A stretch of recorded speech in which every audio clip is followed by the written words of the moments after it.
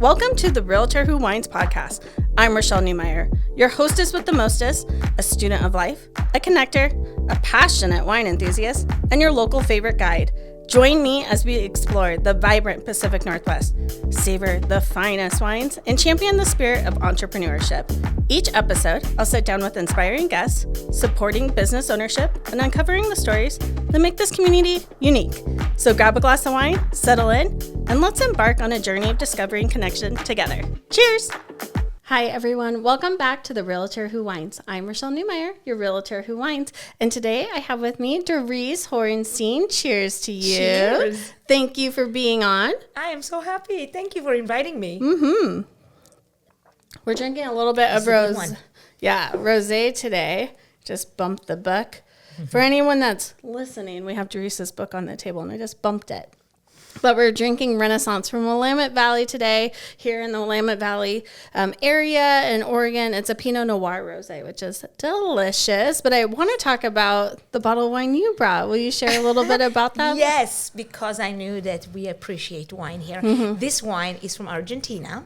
And what I love about this wine is the label on the top. Yeah, it's gorgeous. Right? And it's so fun. And what the label on the top is cheers in all sorts of languages. And one of the languages that my eye picked up quickly was the Hebrew, because I'm in Israeli. So I read Hebrew, and it says lechaim, which means to life. Oh, I love that. Yeah, and I love that word to life in general. And maybe we can talk about that. But that's how we cheers. We say to life because we value life. Yeah. And we value living in this life. And how do you say it? L'chaim. L'chaim. Okay. Yes, there's a ch going on L'chaim. there. Like that? L'chaim. Yes. Okay, I L'chaim. did Yes. it. L'chaim. Cheers, L'chaim. everyone. Well, thank you for bringing that. I appreciate it. Of course. My gift to you. Thank you. Will you go ahead and introduce yourself to the listeners so they know who you are? Yes. So my name is Dorice Horenstein. I grew up in Israel, came here to America, to Portland, Oregon in December of 1986 with one suitcase, $600, no coat. Did not know it's going to be cold in here, coming from the land of the sun and dry and no rain. And I made this place, this beautiful Northwest home, my home. Yeah. And I've been here for almost 40 years. Got married, raised a family here, was in the education sector for over 30 years. And then in 2018, I decided that I wanted the world to be my classroom and my stage. Yeah. And that's what brought me to you. Yes.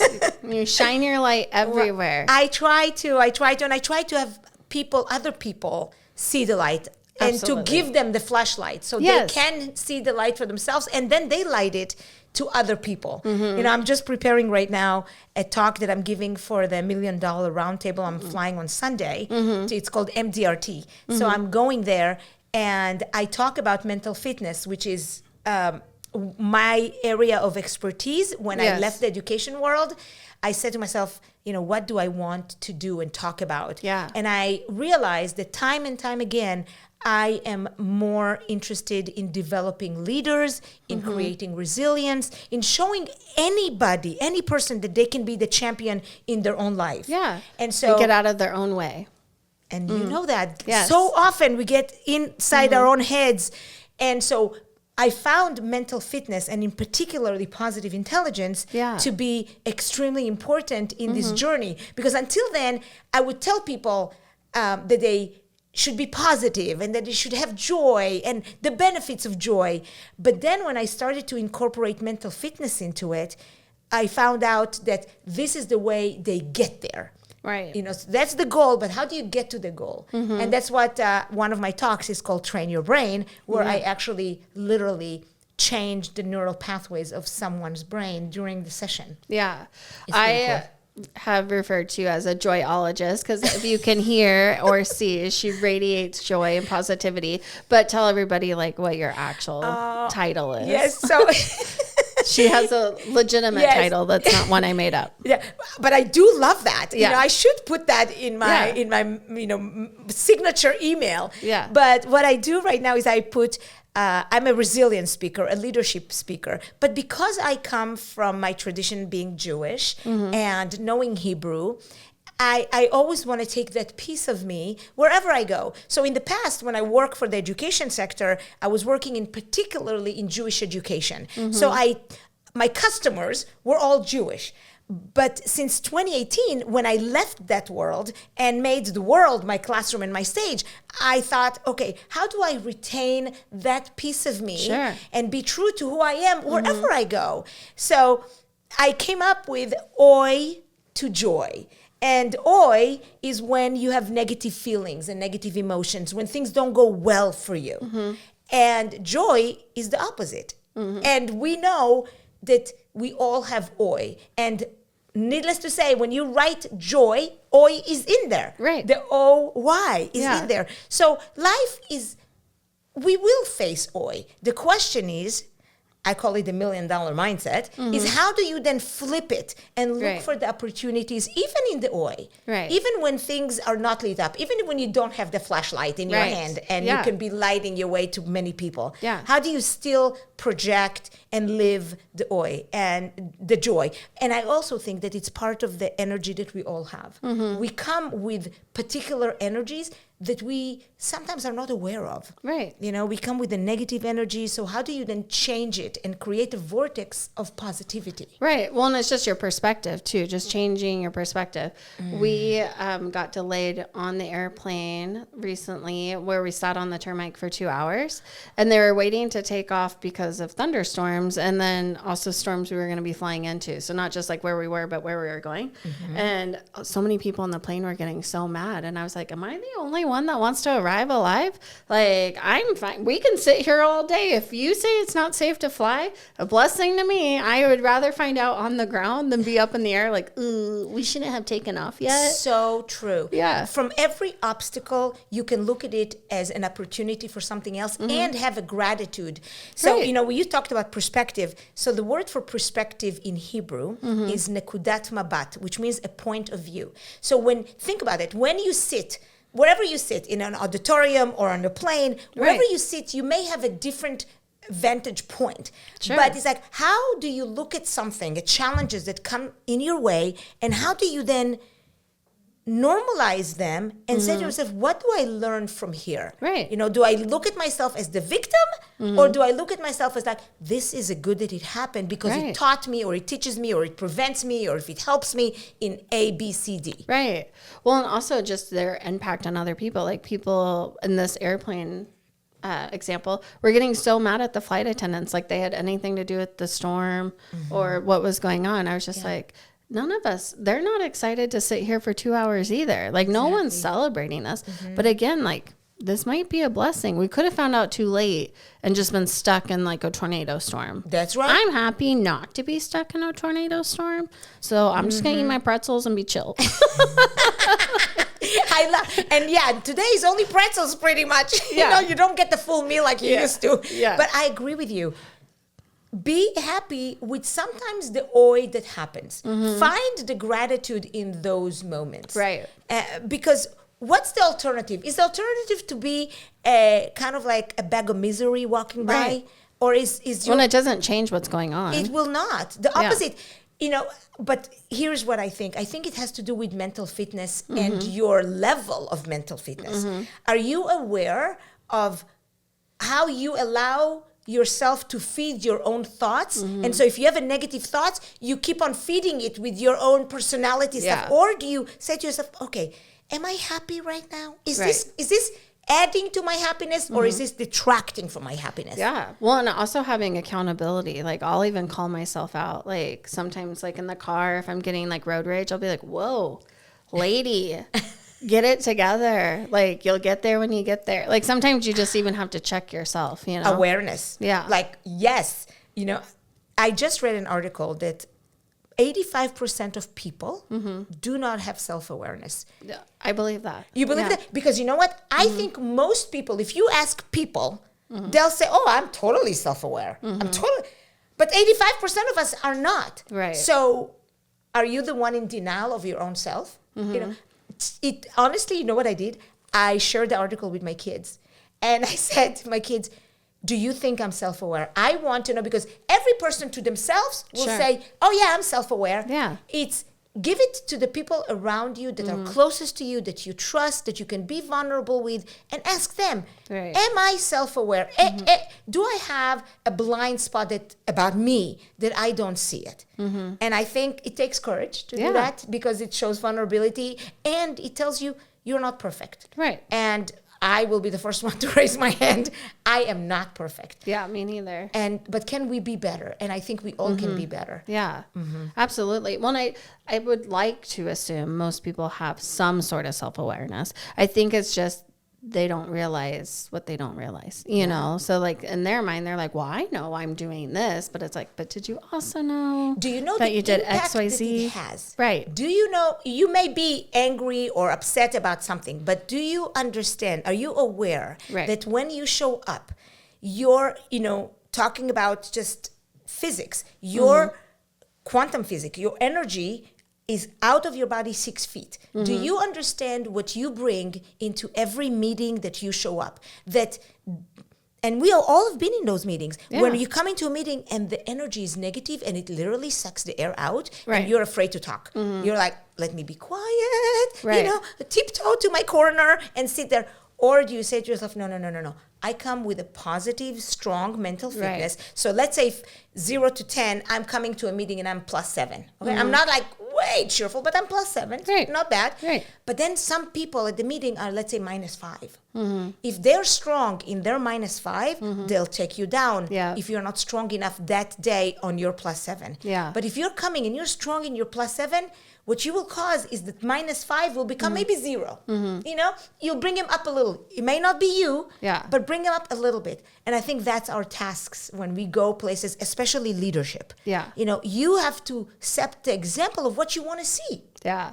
The CEO of Coldwell Banker Professional Group, she always likes to use the analogy of the crab in the bucket, because if just one crab is in a bucket, in real life, it'll get out. Yeah. But if multiple crabs in our bucket, it'll naturally pull them back down. And she's like, don't be a crab in someone's bucket. And so I use that now all the time, that analogy, like, because they just naturally, they're not even trying to keep you in the bucket, but they're like, don't go. It's dangerous out there, kind of a thing. And the crabs will just naturally pull each other back into the bucket. But if only one crab's in the bucket, it gets out no problem. So sometimes we also need to be, if it's a crab or a frog, the story can come in different ways. Be a little deaf. Right. Don't listen to all the naysayers about why you can't do something. And I think most people, they grow more, they succeed more, they accomplish more if they're out of their own brain of why they can't. But they are keep an open growth mindset. It's like, what is there to learn here? Yeah. Well, and even if people don't mean to, sometimes when they see someone writing books and doing amazing things and traveling around the world, they will bring you down because it's something they want for themselves and they don't know it. So they'll be like, oh, there's Dorice writing another book. But really, they wish they had the audacity to write the book themselves, Yeah, it does. Writing a book does take a lot of dedication and sacrifice. Totally. But it's really interesting. The word sacrifice, as I say it out, you see, my brain works like part of it is in Hebrew, part of it is in English, and I'm always like dual thinking. Yeah. I'm always dual thinking. Yeah. And so the word for sacrifice in Hebrew comes from the root of being close to. So when you sacrifice to get something, you're in an essence coming closer to it. So I sacrifice hours or outings with girlfriend to bring this to reality. But it brings me closer to my goal. Yeah. It brings me closer to where I feel that I can most contribute to the world is through this. Yeah. So and this is your second book. That's Do you want to talk a little bit about Moments of the Heart, your first book, and then let's dive into this one too? Yes. Okay, so my first book, it was in 2015 when my sister was diagnosed with stage 4 breast cancer. And she was 10 years older than I am. And at the time, she was about 38 years old. And she had to go through like 16 rounds of radiation. And it was really difficult. And she lives in Israel. And I live in Portland, Oregon, 10,000 miles away. Right. So what can a person do? Like, I can't get on a plane every time she has a chemotherapy appointment. So I decided that every Saturday night, I will put a positive message, a video on Facebook. And Saturday night I put it, which for Israel is Sunday morning, the beginning of their week, and she'll have some kind of a positive vibe for the rest of the week until the following Saturday. Yeah. That was the idea. So I did it for a whole year. And then when the year was done, I thought to myself, okay, what should I do with all these videos right now? I have all these videos. And I thought, still not thinking about a book, I thought, I'll just write it out and just have manuscripts of all this, whatever I said, because maybe one day I'll do something. Yeah. And so it took me another year to do that because I was working full time as an education director.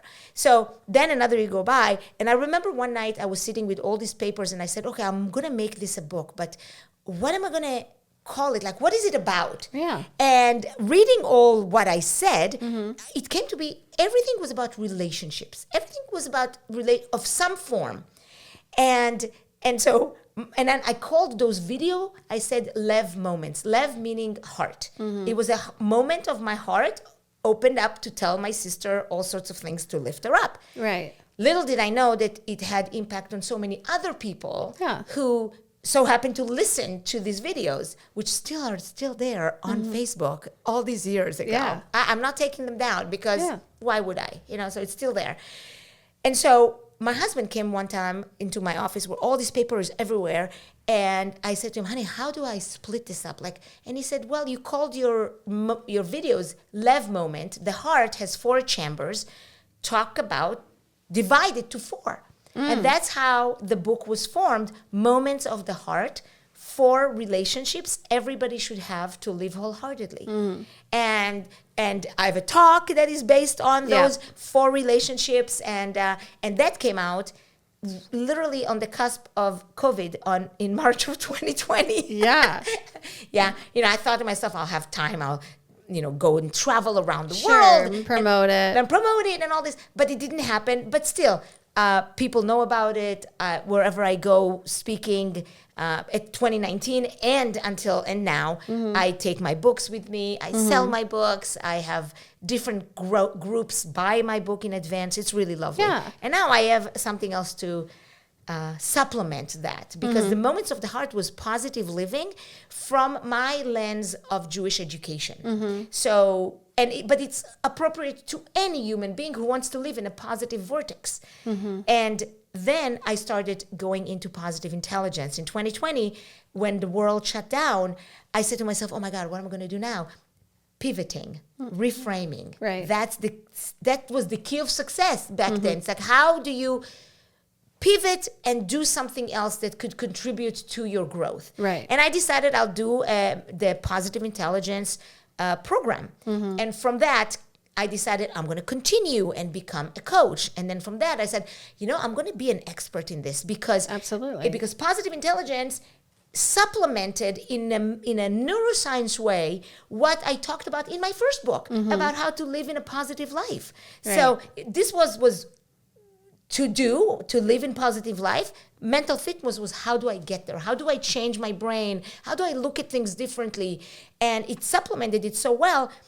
But I realized that it has to do with choices that we take. You can either choose to do it or choose not to do it. Right. So when COVID happens and I did the mental fitness and all this, I realized how important choosing is.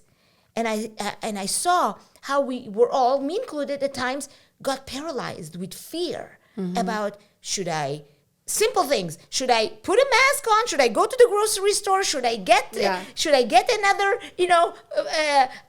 immunization? What should I do? Right. And it took me on all trajectory of just the concept of choosing. Right. And that's how this book was born.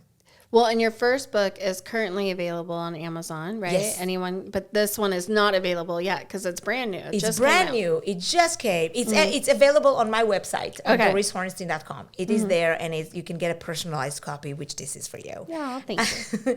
But yeah, in October 14th, it's going to be on Amazon, on Barnes & Noble, and I hope that day we will make it like a big celebration and it will become a bestseller, and it will be like everybody will just be flocking to get this. Yes. Because it's good for leadership, it's good for companies, it's combining my expertise in mental fitness, my life stories about how do you move forward in a way that is positive.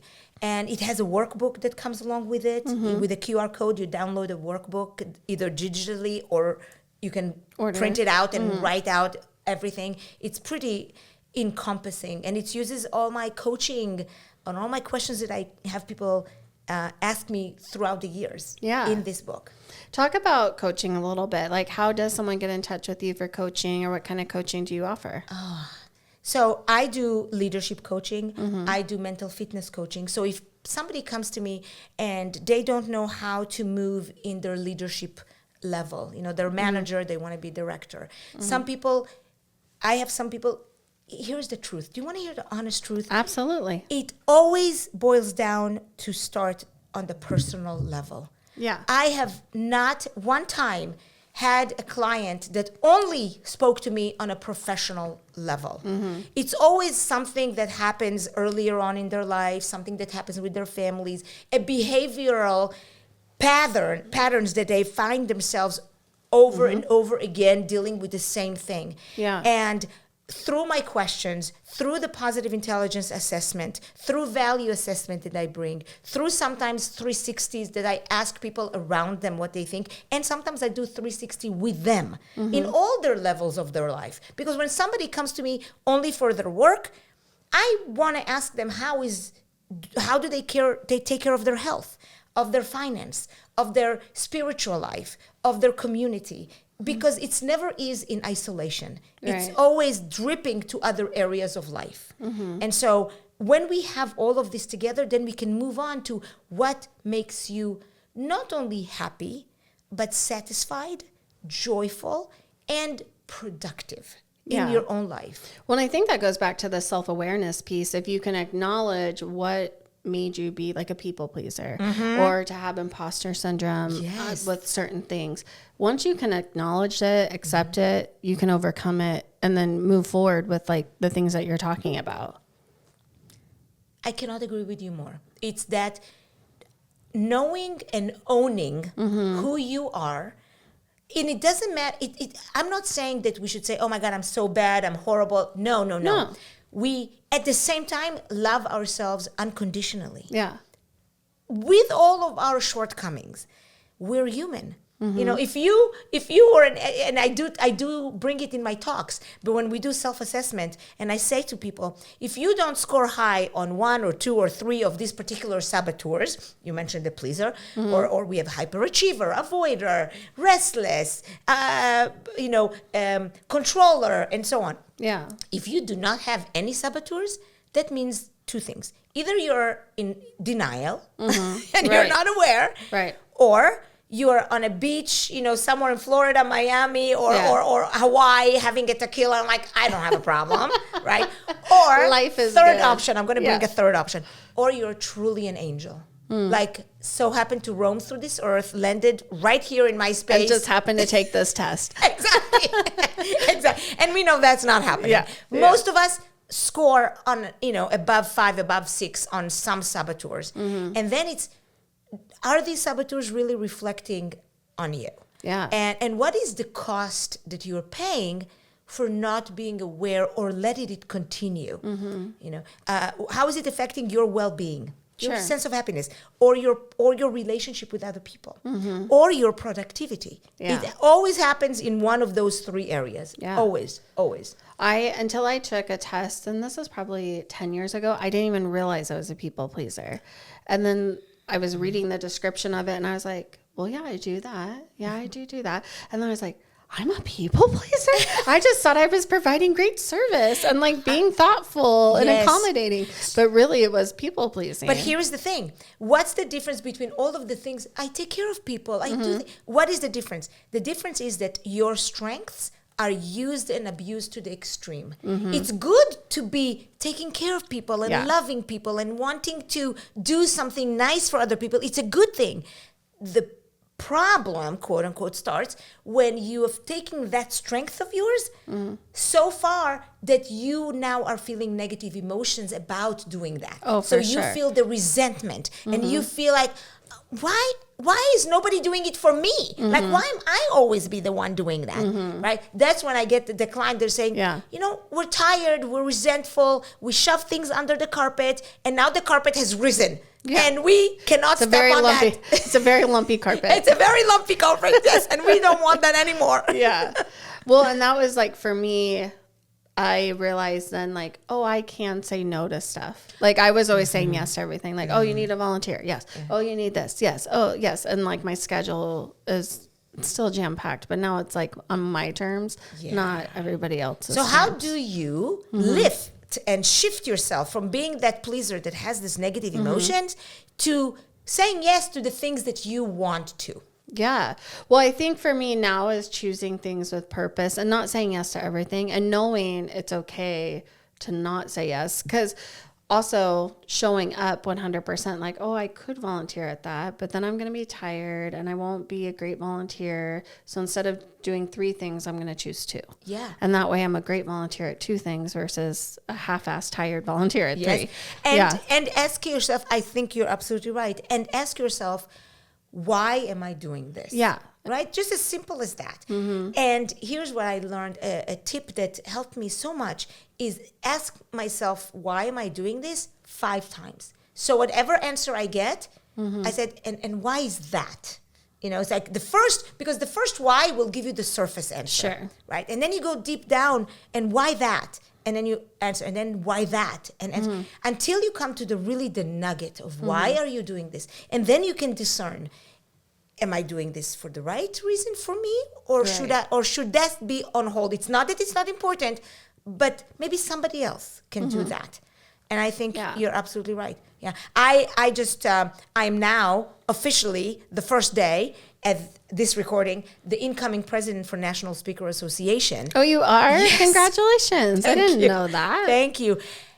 I had to sit with myself and ask myself, why do I want to do that? Right. You know, why do I want to be eventually come 2026, July 1st or June, whatever, I'm going to be the president of National Speaker Association of Oregon.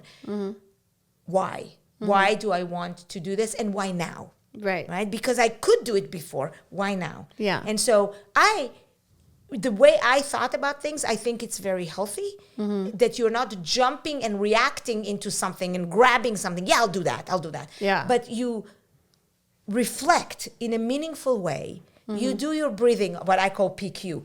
Don't answer out of the left side of your brain. Answer out of curiosity, but also wisdom, also purpose. What is really meaningful to you? And then see, is that the right time and the right position to be held? Yeah. And so I decided that it's the right time to, my bottom line, after 5 whys was I really wanted to help our community rise with the level and speakers in this community and bring more speakers that are amazing, that just need a little bit more push, a little bit more camaraderie, a little bit more education, a little bit more success. Sure. And I think that's where I am in in my year. Talk about speaking. You speak all the time at different types of conferences or different industries and things like that. Will you dive into that a little bit? Well, so when I started coming from the education world, I thought to myself, who is going to listen to me? Right? Yeah. Who is my audience? I don't know who will listen to me. Yeah. And at the beginning, you go where your friends are. And then those friends start by telling you, oh, why don't you come to my real estate group and talk to my real estate group? Yeah. Who invited you to do that? That's weird. That's right. Yeah.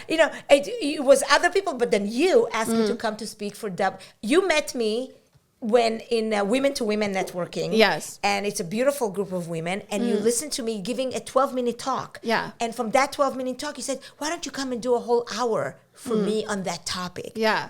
Well, because one, I'm not a morning person and you were the morning talker. And as you can hear and see, she radiates energy and positivity and joy. And I was like, and real estate has been up and down and kind of chaotic. Even in 2020 when real estate was booming, like people are making money because interest rates are down.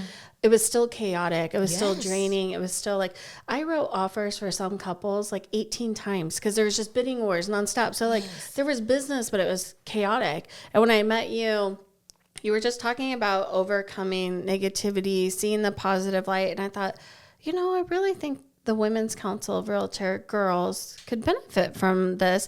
And you woke me up. I was ready for the day after that talk. I was like, here we go. Because you were the keynote speaker in the morning before the whole conference kicked off. It was like a VIP breakfast that I was at that you were talking about.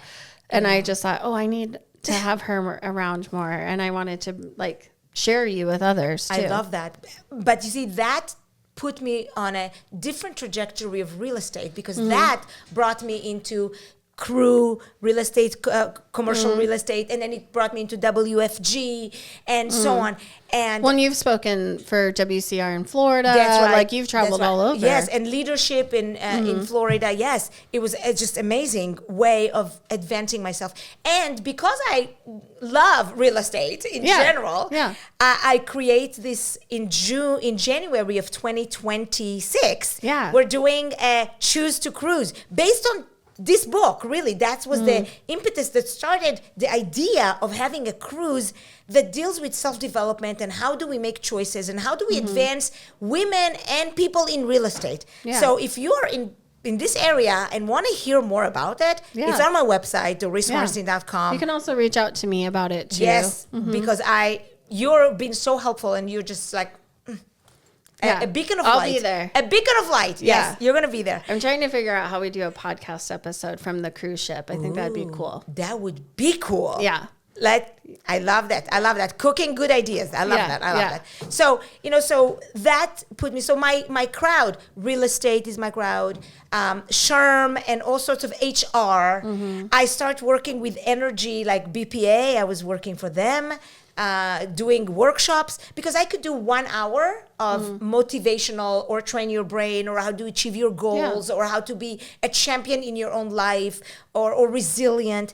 And then for every talk that I give, I have an hour and a half to 5 hours workshop that we really delve in with worksheets and group talks and so it's well, and a lot of times you do the group talks for like the leadership team and how to, so like if it was a corporate company, you would do a talk to the whole corporation. That's right. And then do a leadership workshop and like how to implement what they heard in the talk and take it back to the teams and develop leaders within the teams and things like that. 100%. And I could also do nonprofit like boards.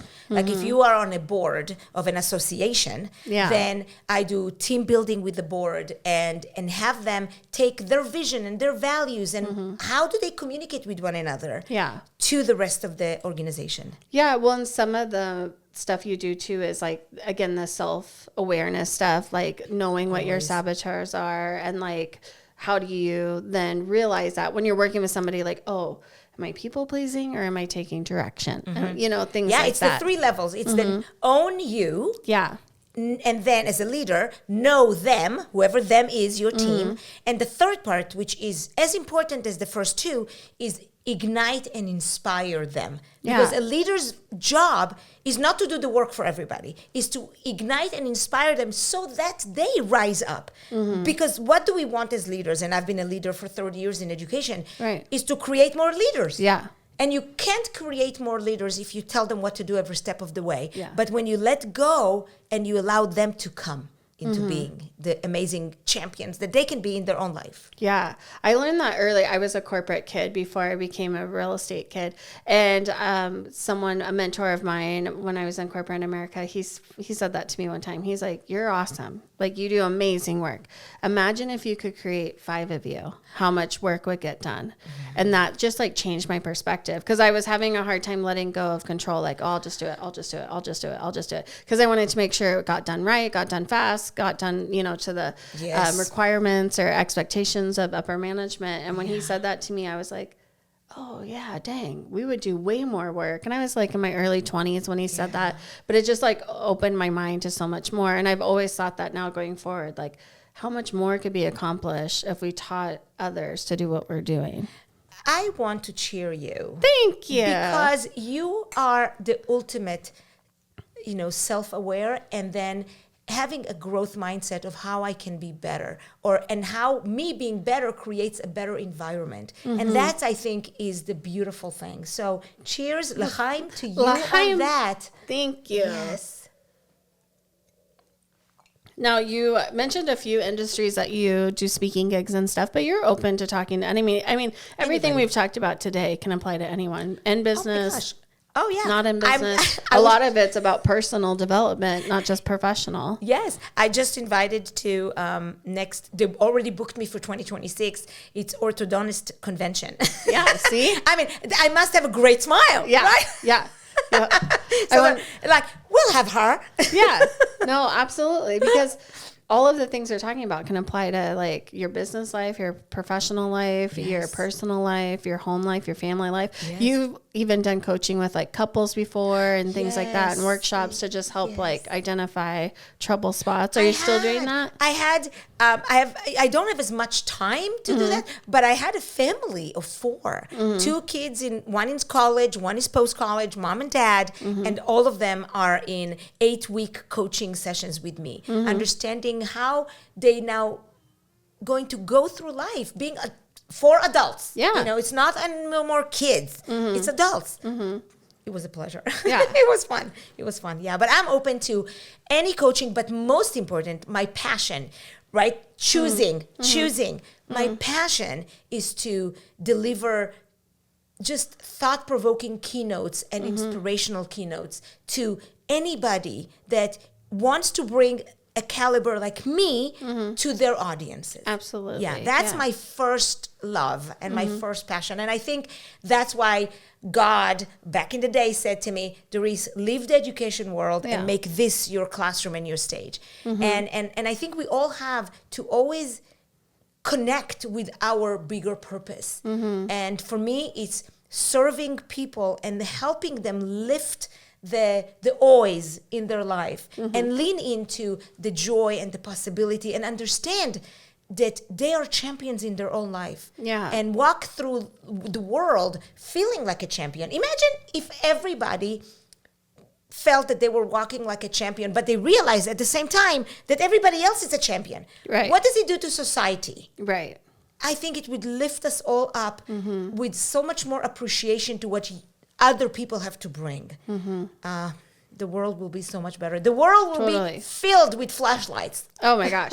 Well, or even just a positive note. Like if you could just change the always to joy, right? When you're walking around. Like if everybody was doing that. Yes. It would just because be you have better. A choice. And again, this is this book. You have a choice. And through this book, I actually take you through a 6-step playbook to become your best self, to become that champion. And I show you how it can be done. And I give an examples for myself. There is some stories that you don't know yet about me in this book. Yeah. Some stories that you will say, I did not know that about you, Dorice. I'm like, yep. So I'm vulnerable in this book, and I share things with the purpose of helping people to step out a little bit into the uncomfortable zone and to say, well, if Dorice did that, so can we. Yeah. For those that are listening and not watching, do you want to give them the title of the book? Yeah. It's called Choose to Be Your Own Champion. Yeah. The 6-step playbook to become your best self. And you can find it on my website, Dorice Horenstein, until October. And then you can find it on Amazon and Barnes & Noble. And so, get this because I would love to hear what you think about this.